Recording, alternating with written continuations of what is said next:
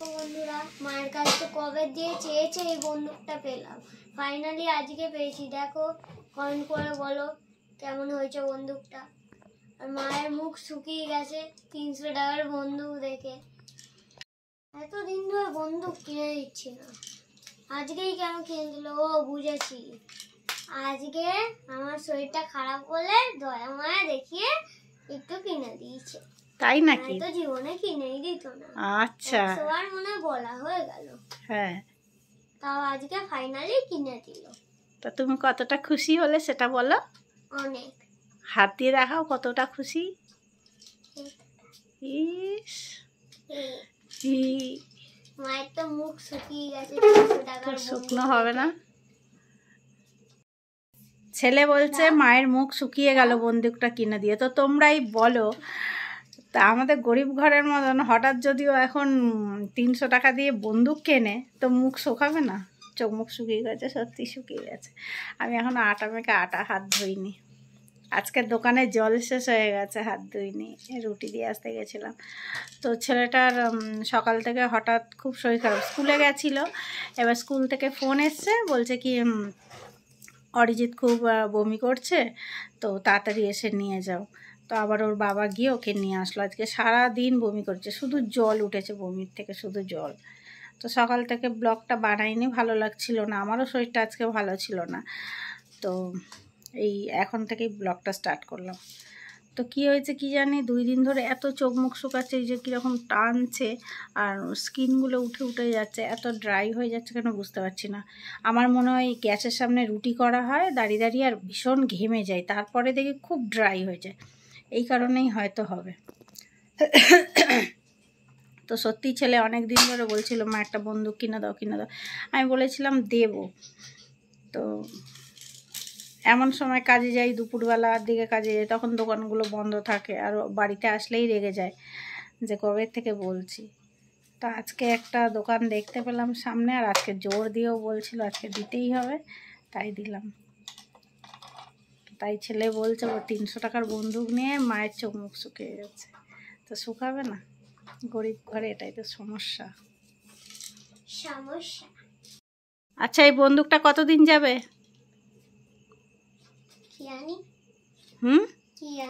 যে কোনো খেলনা তো বেশি দিন যায় না, তোমার টিকিয়ে রাখতে পারো না। কত ভালো ভালো খেলনা কিনে দিই, একটাও টিকিয়ে রাখতে পারে না। এখন কিছু খাবি না?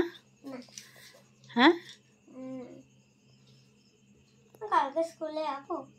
না, আর 2 দিন যেতে হবে না। ওইটা হচ্ছে মুনুর বাটি, ওই ছোট ছোট পিঠের মতন, মানে ওই মালপোয়ার মতন দিয়েছিল, আমি খেয়ে নিয়েছি। তুমি বাটিটা দেখো। হ্যাঁ, কই দেখি,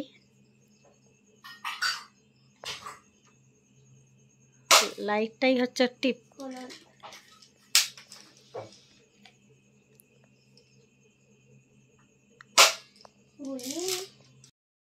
এই বাবু, এই বাবু, একটা রসগোল্লা আছে, খেয়ে নে।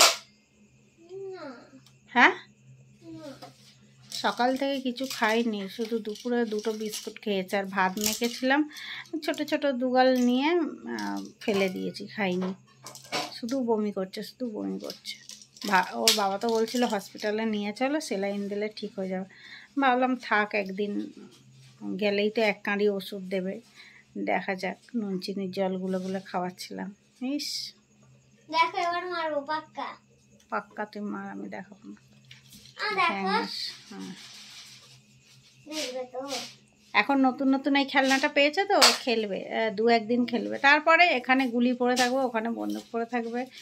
বন্দুকটার অনেক রকম ফাংশন রয়েছে, তো একটা পার্স দেখবো এক দিকে পড়ে রয়েছে। এই তুমি রুটি খাবে তো? 4টে রুটি আছে, সবজিটা বের করো না। শরীরটা আমারও আজকে সকাল থেকে ভালো না, কোনো এনার্জি পাচ্ছি না শরীরে।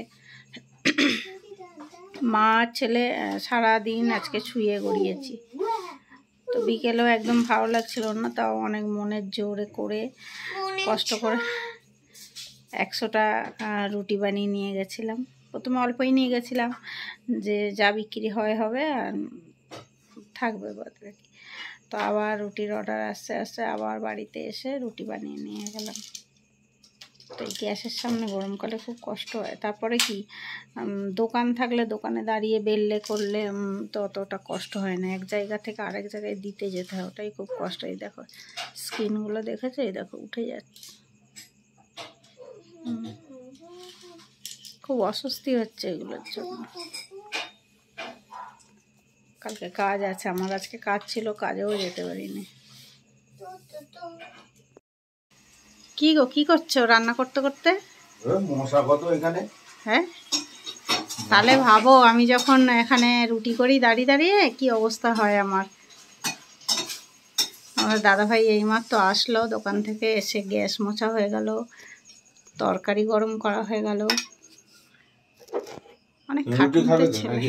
আমি এক চিটা ভাত খাবো, ভালো লাগে, পেট ভালো না, নিজের খাবার নিজে জোগাড় করে নিল। আর একজন তো এটা নিয়েই পড়ে থাকবে এখন, এটাই টপিক। হ্যাঁ না বাবা লাগবে না মা, একটু দূরে সরে যাও, যাও মারি না মার।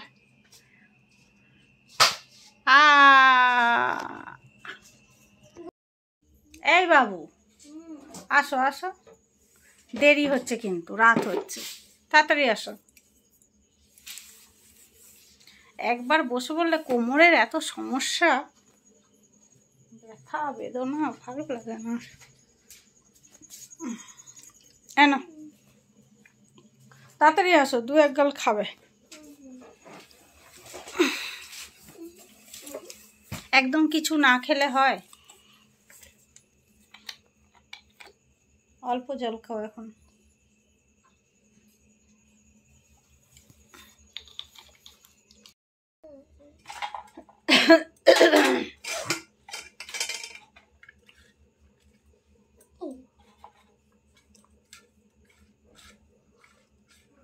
মাছ দিয়ে খাবো। খাও বাবা, ভাগ্য ভালো তো।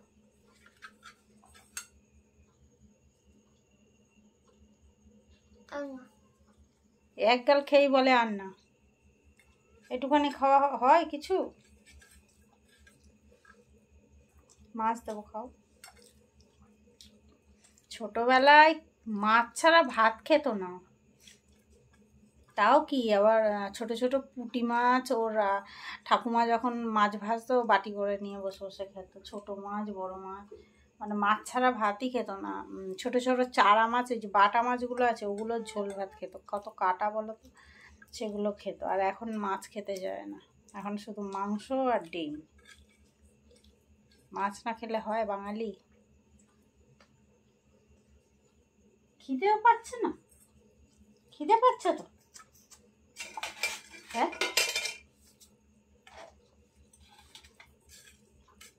ওরকম করছে, আস্তে আস্তে উঠে যাবে খুসখুস করতে করতে, খুসখুস করতে করতে পালিয়ে যাবে লাভ কেটে।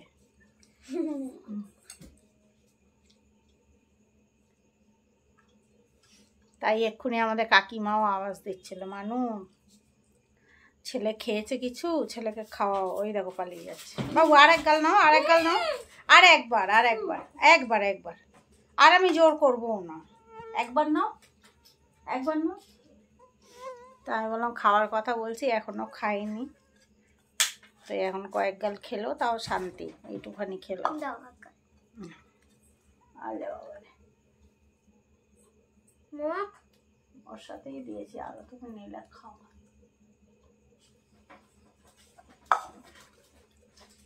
বাটির মধ্যেই তরকারি ছিল, বাটির মধ্যেই নিয়ে নিলাম, খাবে তো একটুখানি, তাও তো 3-4 গাল নিল। দুপুরবেলা তো খাইনি একদম। কি গো কি করো? আসো।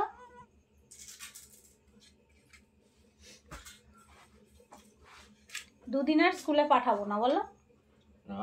শুক্রবার থেকে পরীক্ষা, আর গিয়ে কি হবে? বলছি না কিসের খটখট আওয়াজ হচ্ছে? ভাবি আর ফাটিও না, ছোট ছোট বল, তারপর দেবো খেয়ে নেবো গুলি। খাবারের সাথে। বললাম তো গুলি আছে ওর মধ্যে। এই ভাবি হুম, বলছি আর ফাটিও না, তারপর দেবো গুলি খেয়ে নিয়েছি, খাবার এসে মিশে যাবে, বুঝতেও পারবো। আমি কোথায় ফাটাচ্ছি? আমি তো এইগুলো করছি দেখো। ঠিক আছে, চল তাড়াতাড়ি খেয়ে নে। খেয়েছি, গুলিগুলো বের করবে কি করে এখানে? তো চলো বন্ধুরা, সবাইকে গুড নাইট, হ্যাঁ টাটা। বাবা, হ্যাঁ এখানে গুলিগুলো বের করবে কি করে? কটা গুলি আছে? ঝিমিয়ে যাচ্ছে। আমার তিনটের মতন আছে।